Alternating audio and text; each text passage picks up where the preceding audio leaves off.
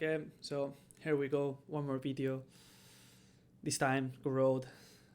1 month or 2 months since the last video, Abyss. I know that I said at the time that I wanted to create more content, but I couldn't. Off-season things, interviews, trials, time with family and friends. So I didn't create any stream or YouTube video, but this time I'm back for real. I'm full grinding. So yeah, I want to finish these kind of videos with talking about the defense and macro to start creating some other different ideas that I have on mind. But this time it's time for CORRODE. Same as always, we will talk about macro, a little bit about compositions, even though I don't want to go too deep into that. And then just talk about some protocols and rotation things, and a little bit about the micro, because even though I don't want to go too much into detail, I think it's really important, and some of these ideas can make a huge improvement on some of the teams. So yeah, let's just go for it. About the map, we can say this is basic CS or Valorant map where we have two sides. Well, this is restarting for some reason. We have two sides. We have one mid. Mid is kinda basic. Two lanes, one for B, one for A. We have one Tommy that connects into city spawn, and nothing to say about that. We all know how mid works on all the maps and why they are important. And if not, you can go check out the other videos that I have uploaded on the channel. The only thing I have to say about B side is tiny choke point, easy to stop. Once you get committed into side, there are many different positions, so B executes are not that easy, but also they are not that easy to stop in case of bad timing from defenders on when to use the util on the choke point. And then A side. A side, let's just say that is a mix of A main of Abyss and the A main of Sunset, because we have elbow and we have short here also. So this won't change anything, this won't mean anything, but just have in mind that many teams are going to be doing similar thing as on Sunset, leaving the guy from elbow, taking the deep information of A, and you will see some other team just fighting more aggro for the A lobby control just because of the orb, as if we were playing Abyss. So not one is better than the other, just different approaches, but have this in mind that these are in general the two main playstyles that we will see, just because they have these things in common. Moving into composition, I'm gonna open VLR, but if we see what was the most common or the say meta comp after champs, it was the energy one, just swapping maybe Sova with Fate. Sometimes teams were just playing one of these two agents depending on the players that they had, but it was basically this one with Waylay and Keio. Right now we see some teams also running this one, but during this off-season, what we see teams doing more and more is playing either a double controller with one sentinel, either Vice, either some teams are still playing Deadlock, and just playing the duelist that they prefer. In general, it's been Yoru, and the most common one is being double duelist with Viper, Sova, and Omen, or Fate in the same way, depending on the team, they pick one or the other. But this is what's becoming like the meta right now on the off-season. We will see whenever the kickoff starts if teams keep playing this or not. I think it's going to be really strong because of the theory behind Yoru and Welly together. Also, on this map, Viper is really strong, so that's why teams are playing it over a Cypher or Vice and playing single smoker. But we will see. Maybe some teams start cooking a little bit more. In my case, I will, in the same way as on the Abyss, you can go check the other video. I still prefer the triple initiator. I think that the combination on this map of Tejo with Fade / Sova plus Keio with then one Astra, and in this case I think that you can run Waylay without any problem, or in any case if you don't have like that kind of aggro duelist, you can also play the Yoru. I think that this comp is still super doable. You have a lot of util, it's a big map, so you want to keep proactive in many situations, you want to be able to fight, and this comp is perfect for that. Also on the tag, it allows you to execute B perfectly, so you won't have that problem of getting stuck on the choke point most of the time. That's why I think this comp is really, really good. Also, some teams playing double controller with the Beto, even Race, but I cannot talk that much because I didn't watch any VOD from teams. I just know some rumors, so I won't go too deep into that because I don't really know the theory behind it. Okay, once we talk about the composition, let's go into the important part, a macro theory and defense. Something that teams doesn't do on this map is doing vertical rotations. For some reason, teams just prefer to do this rotation most of the times, or even this, when it's not only slower, as we can see here, just by doing rotation through links, it's gonna take, in this case, 14 seconds, and in this case, 44 seconds more. If we just go through spawn, it's gonna be around 25. So just imagine, never rotate from spawn, please, never, ever. And in this case, it's gonna be only 2 more seconds. But why is important to push?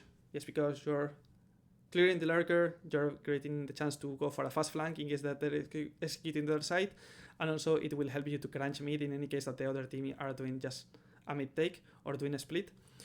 Of course, the theory behind doing vertical rotations, I think that I already explained it on other past videos, but also is something that I can start talking about it and keep talking for 1 hour. I don't really want to go too much on details about this.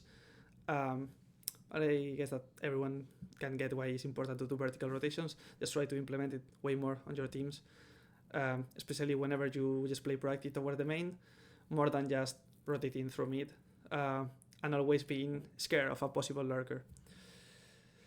Connecting this to the second point, there are going to be some situations where we cannot really go for the vertical rotation because we don't have enough info on the map. We just take one main, but there is no sound on mid, there is no sound on the other main, so we don't really know what the other team is doing. Are they holding? Are they contact taking something? Are they just regrouping to retake main? I don't really know what's going on, so we can go for the push, because going for the push might end up on having 5 guys here holding the push and we'll lose the round. But we cannot stay 3 guys on main after taking it, right? So what we want to do is to keep playing a little bit proactive. In that situation, okay, little problem with my headphones. What I was saying is that we don't want to take main and stay with 3 guys here, right? FK, we want to move into 1-3-1.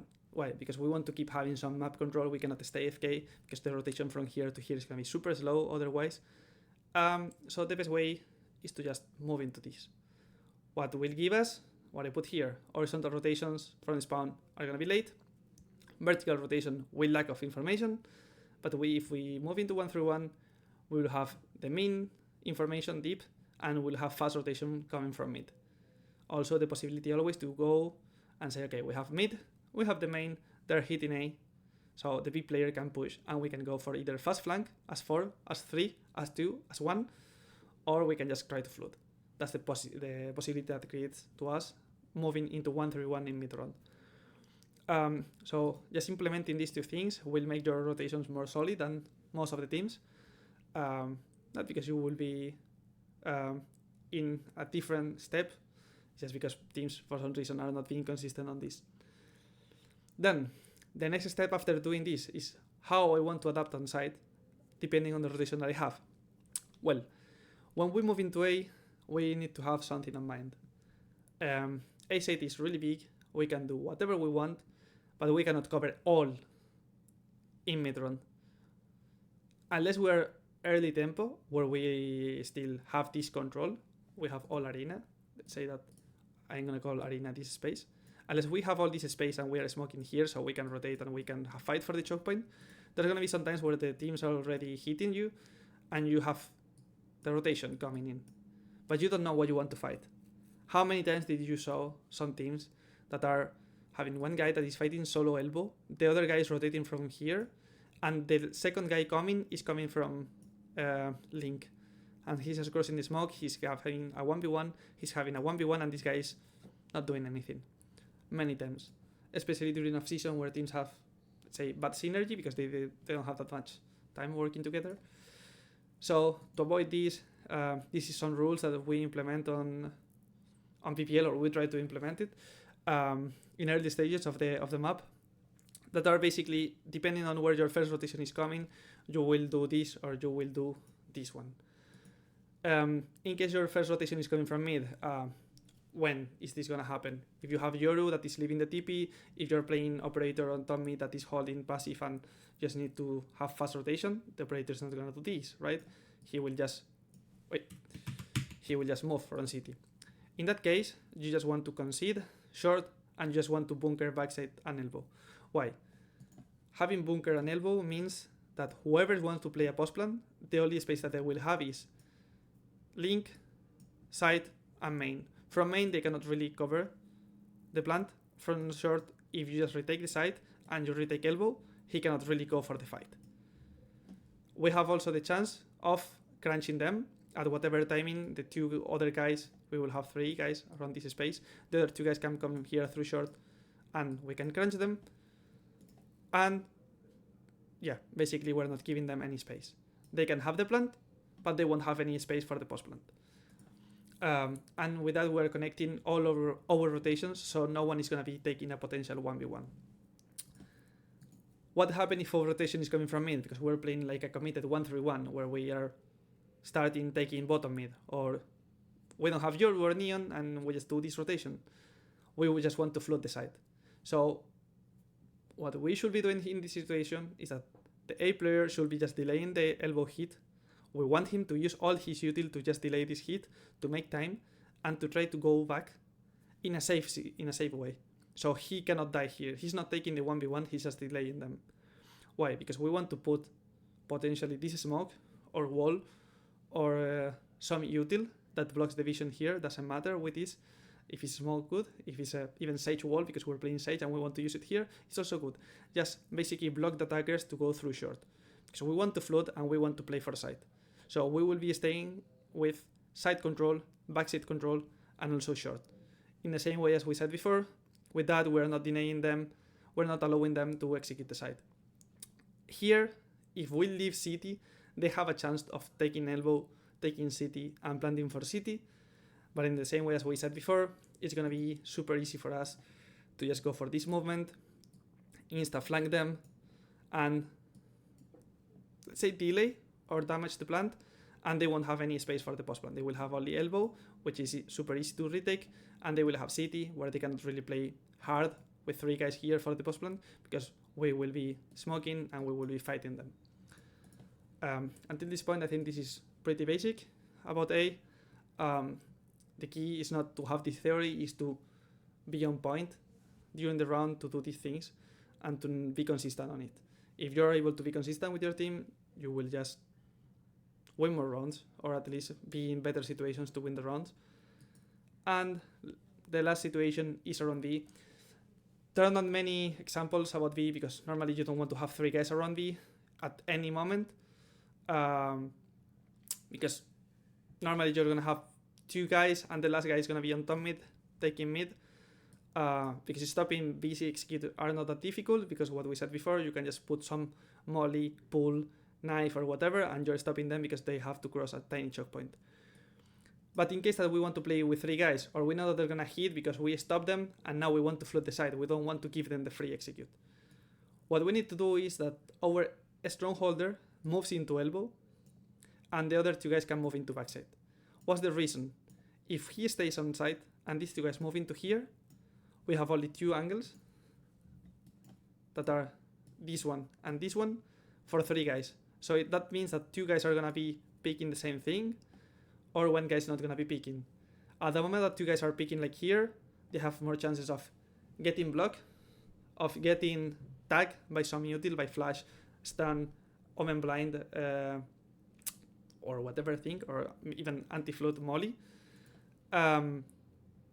So it's not optimal. We don't want to have 3 guys in an only 2 angle position. So that's why we want our strongholder to move into the left of the side. He can play on the angle, shoot, smoke, move into left, doesn't matter.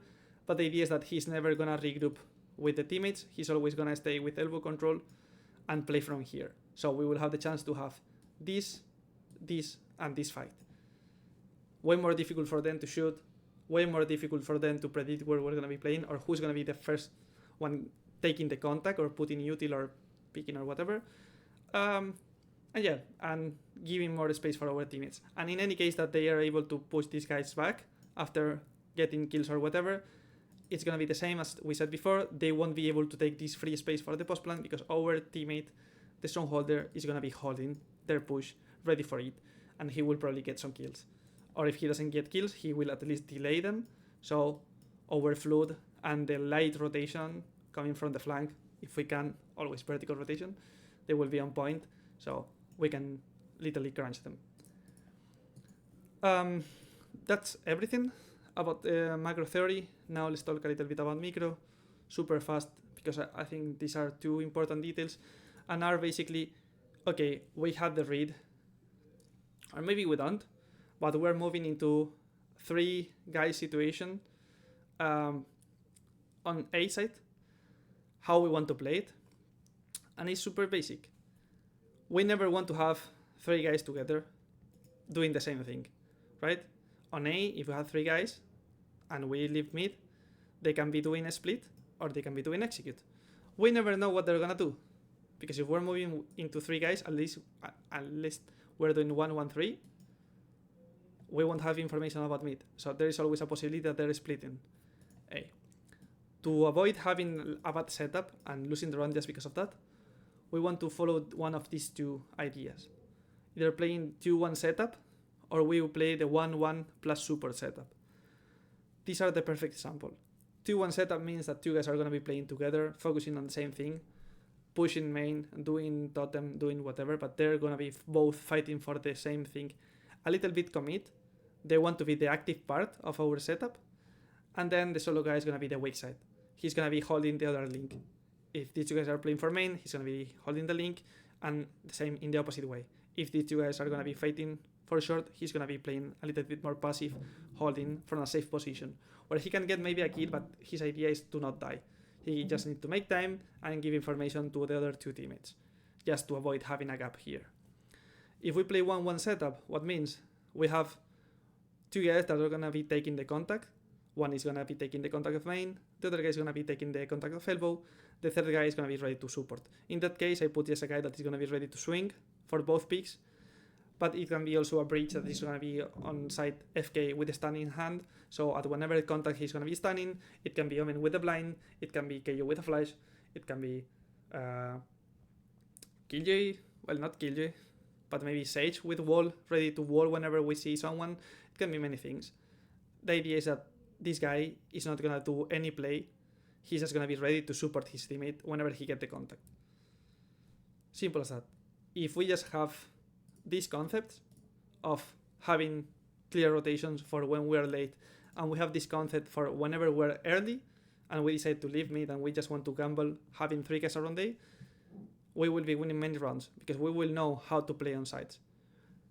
You have the concepts, just create your own setups depending on the composition that you play, depending on the utility that you have. Just decide how you want to do it, put it on practice, and you will have more consistency on your runs. And the last thing, how are the other 2 guys gonna react when we decide to go for the 3-2 setups? We need to leave a gap on the map. We cannot really have one guy on top mid, because the guy on top mid is gonna be weak anyway. He's not gonna be stopping the split. So we don't care about this gap. What they're going to be doing to just be more consistent, to be more solid, is to play both together and to just push the main. This is the optimal thing that they can do. If any team decides to go for B split, they're going to be fighting both together, the same thing. So there is a chance that they get some positive reflex. So maybe we end up in a 3v3 retake or 3v2 retake. Doesn't matter. They're having some impact, more than just staying FK. And in case that they're not hitting B, they will have the chance always to just push and go for the fast flank, or just stay with the main control. In any case that sometime decide to go for 5-man top mid, they can stay with main control, and we will just need to do our normal retake where we come from city. When we have a main control, we can crunch them, or we can all retake mid together and then just go for a normal like B split, let's say, retake. Nothing more to say. Just put this on practice. Try it with your team. Feel free to adapt all these ideas into your own composition. Depending on the composition that you play, some things might change a little bit. But I think that just doing this, you will see a huge improvement on your team. And that's all. If you have any question, if you have anything to say or to ask, just reach me on DMs, put a comment or whatever. And yeah, I guess see you on the next video.